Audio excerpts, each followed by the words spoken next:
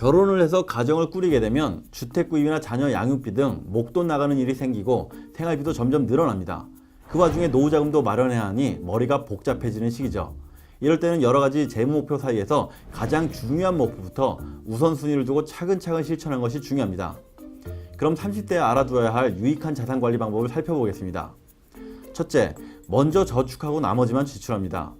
재무 목표를 설정하고 이를 달성하기 위한 계획을 세웠다면 목표한 대로 먼저 저축하고 나머지를 지출하는 습관을 기릅니다.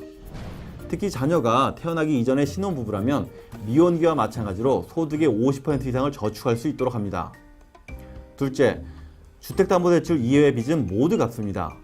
이 시기에는 가족이 생기고 주택 및 자녀와 관련된 여러 재무적 책임이 발생합니다.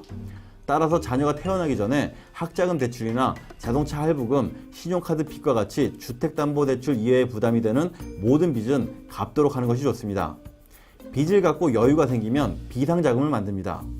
현재 고금리 대출을 이용하고 있다면 저금리 대출로 전환할 수 있는지 확인해보고 가능하면 저금리 대출로 전환하는 것이 좋습니다. 셋째, 은퇴를 위한 저축을 시작합니다.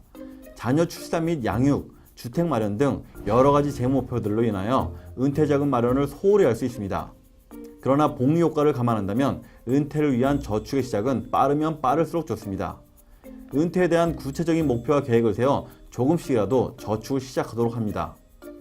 넷째, 통장 쪼개기와 분산 투자를 합니다. 여러 재무 목표를 위한 저축이 한 번에 진행되어야 합니다. 따라서 각 목표에 따라 저축 및 투자 종목을 정해 구분해서 저축하는 것이 좋습니다. 저축과 투자의 목표가 분명한 경우 중간에 그 자금을 깨서 다른 소비에 사용하고자 하는 유혹을 쉽게 물리칠 수 있기 때문입니다. 또한 목표 달성도를 체크해 볼 수 있다는 장점도 있습니다. 그리고 중요한 건 위험과 수익에 따라 적절히 분산 투자를 해야 합니다. 보통 30대라면 해야 할 것도 많고 하고 싶은 것도 많은 시기죠. 근데 막상 지출을 줄여가지고 저축을 좀 늘리려고 하면 이게 어디서 어떻게 줄일지 막막할 수 있거든요. 그래서 일단 제가 봤을 때 신용카드 안 쓰는 게 첫째예요. 신용카드. 그리고 외식 비용이 상당히 많이 차지하기 때문에 외식비 줄이는 게 둘째고요. 통신비가 셋째예요.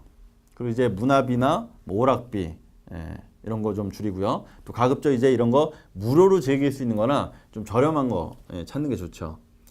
마지막으로 마트나 쇼핑몰 가는 거, 자주 가는 거, 정말 조심하는 게 좋아요. 가면 아무튼 뭐 필요 없어도 어쨌든 좀 더 사게 되는 거예요.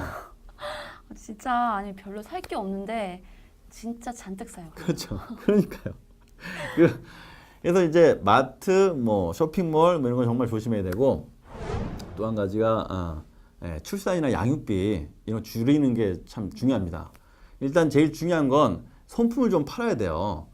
국가나 뭐 지방자치단체 이런 데서 이제 저출산 문제 때문에 임신이나 출산, 보육이나 교육 뭐 이런 거에 이제 정책적으로 좀 지원해주고 있거든요. 요즘엔 그 임신이나 출산 진료비도 일부 지원되고 있어요. 또 출산 전후에 뭐 휴가나 급여도 받을 수 있고 뭐 보육료나 교육비도 일부 지원하는 걸로 알고 있거든요. 물론 만족하기는 좀 어렵겠지만 그래도 가정경제에 뭐 지원 받으면 큰 도움이 될 수 있죠. 그래서 자세히 알아보고 최대한 지원받는 게 좋죠. 그런 건 어디서 알아봐요? 그런 거 일단 포털 사이트에서 신문기사 뭐 검색하는 것도 좋고요. 그리고 또 해당 부서나 뭐 지자체 홈페이지 통해서도 또 알 수 있고 또 대개 이제 보건복지부나 고용노동부 대부분 요 두 부서 사업이거든요. 그래서 보건복지부 콜센터나 고용노동부 콜센터에 전화해서 물어보면 되죠. 또 홈페이지 찾아봐도 좋고요. 요즘에는 사실 카페 활동 통해서 정보 얻는 분들이 엄청 많으시잖아요. 뭐 그래서 신뢰 가고 좀 활동 많은 카페에서 정보 서로 공유하는 것도 나쁘진 않고요.